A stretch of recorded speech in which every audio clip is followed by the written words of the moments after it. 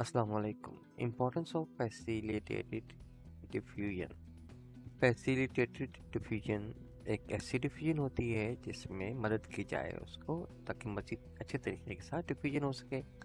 यानी ऐसी डिफ्यूजन जिसमें थोड़ी हेल्प हो रही हो, और वो हेल्प किसके ज़रिए हो रही होती है? वो प्रोटीन चैनल के ज़रिए होती है, जिनको हम प्रोटीन ट्रांसपोर्ट प्रोटीन कहते हैं, जो प्रोटीन चैनल के तौर पर काम करती है, या प्रोटीन कैरियर कहते हैं।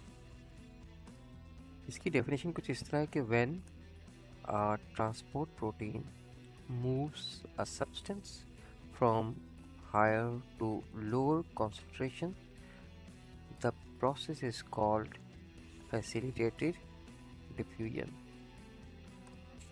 डिफ्यूजन में हमें पता है कि हायर कॉन्सेंट्रेशन से movement of the molecules to the lower concentration होती है। ठीक है, इसको हम कहते हैं ग्रेडियंट, यानी कॉन्सेंट्रेशन ग्रेडियंट। ग्रेडियंट कुछ इस तरह की शेप को हम कहेंगे, यानी यहाँ पे कम है, फिर आहिस्ता बढ़ती जा रही, यहाँ पे ज़्यादा होती जा रही, और बढ़ती जा रही, ज़्यादा होती जा रही। तो अगर हम देखें तो यहाँ पे ये ज़्यादा है, तो ये इस वाली जगह पे है, ये कॉन्सेंट्रेशन यानी मिकदार किसी मॉलिक्यूल की, और यहाँ पे कम है, तो वो कॉन्सेंट्रेशन ऑफ ग्रेडियंट अगर बना हुआ हो, इन दोनों बराबर नहीं हो, एक जगह ज़्यादा हो बहुत हो और एक जगह बिल्कुल कम हो, तो फिर डिफ्यूजन हो जाती है। मॉलिक्यूल अपनी काइनेटिक एनर्जी यूज़ करते हुए मूव कर जाते हैं। अगर ये मूवमेंट सेल मेम्ब्रेन के अक्रॉस हो रही हो, तो कुछ ज़रूरी नहीं है कि हर किस्म के मॉलिक्यूल डिफ्यूजन के ज़रिए सेल मेम्ब्रेन को क्रॉस कर जाए। सेल के इर्द गिर्द जो सेल मेम्ब्रेन होती है, वो ज़रूरी नहीं कि हर मॉलिक्यूल को क्रॉस करने में हेल्प कर दे थ्रू डिफ्यूजन, क्योंकि उनके साइज़ मुख्तलिफ होते हैं।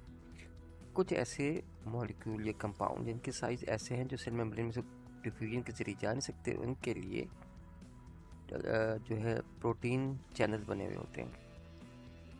ये प्रोटीन चैनल जो हैं, इन मॉलिक्यूल्स को जो साइज़ में ऐसे होते हैं जो डिफ्यूजन के ज़रिए ट्रांसपोर्ट नहीं हो सकते अक्रॉस द मेम्ब्रेन, सेल के अंदर जा नहीं सकते या बाहर निकल नहीं सकते, तो उनको ये प्रोटीन चैनल्स फैसिलिटेट करते हैं, सपोर्ट करते हैं उनके डिफ्यूजन के ज़रिए। यहाँ सेल के बाहर ये ज़्यादा है, कंसंट्रेशन ग्रेडियंट ज़्यादा है, सेल के अंदर कम है, तो ये मूव करना चाह रहे हैं मगर साइज़ की वजह से जा नहीं सक रहे, या आयन होने की वजह से जा नहीं सक रहे, या कोई और जैसे बॉन्डिंग वगैरह है, ये केमिकल नेचर की वजह से अंदर एंटर नहीं हो पा रहे। तो ये प्रोटीन चैनल्स, प्रोटीन कैरियर या प्रोटीन ट्रांसपोर्ट जो है, वो इनको हेल्प करती है, ओपन हो जाती है और ये मूव कर जाते हैं, फैसिलिटेट करती है इनकी इस डिफ्यूजन को, जो वो अगर सेल मेम्ब्रेन नहीं होती तो आराम से डिफ्यूज़ कर जाते। ये जो फैसिलिटेड डिफ्यूजन है, जो यहाँ पे हमने अभी डिस्कस की इस डायग्राम में, इसमें एक अहम बात यह है कि कोई एनर्जी का इस्तेमाल नहीं है। सेल के अंदर जो मॉलिक्यूलर एनर्जी यूज़ हो रही होती है उसको हम कहते हैं एटीपी, एडेनोसिन ट्राइफॉस्फेट, वो इस्तेमाल होती है एनर्जी देने के लिए, मगर इस फैसिलिटेड डिफ्यूजन में एनर्जी का इस्तेमाल नहीं होता। Molecule due to concentration gradient ही मूव करते हैं, लिहाजा ये पैसिव डिफ्यूजन भी कहलाती है, जिसको हम कहते हैं पैसिव ट्रांसपोर्ट। अगर ये एक्टिव ट्रांसपोर्ट होगी तो उसमें एटीपी का इस्तेमाल होगा। ठीक है, एडेनोसिन ट्राइफॉस्फेट जो एनर्जी फ्राहम करते हैं सेल के अंदर, मॉलिक्यूलर जितने भी ये बायोलॉजिकल जितने भी मैकेनिज्म्स होते हैं, प्रोसेस होते हैं, उसमें एनर्जी की ज़रूरत पड़ती है, तो एटीपी इस्तेमाल होता है। ठीक है, तो हम थोड़ा सा पढ़ लेते हैं इसको भी।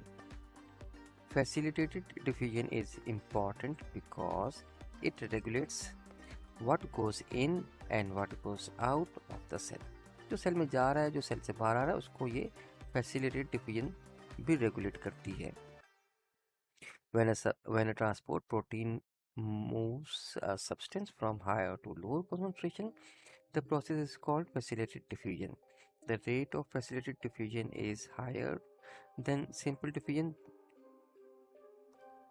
फैसिलिटेटेड डिफ्यूजन में जो मूवमेंट हो रही है, रफ्तार है मॉलिक्यूल्स का ट्रांसफ़र होने का, वो सिंपल यानी नॉर्मल सादा डिफ्यूजन से ज़्यादा होता है, तेज़ होता है।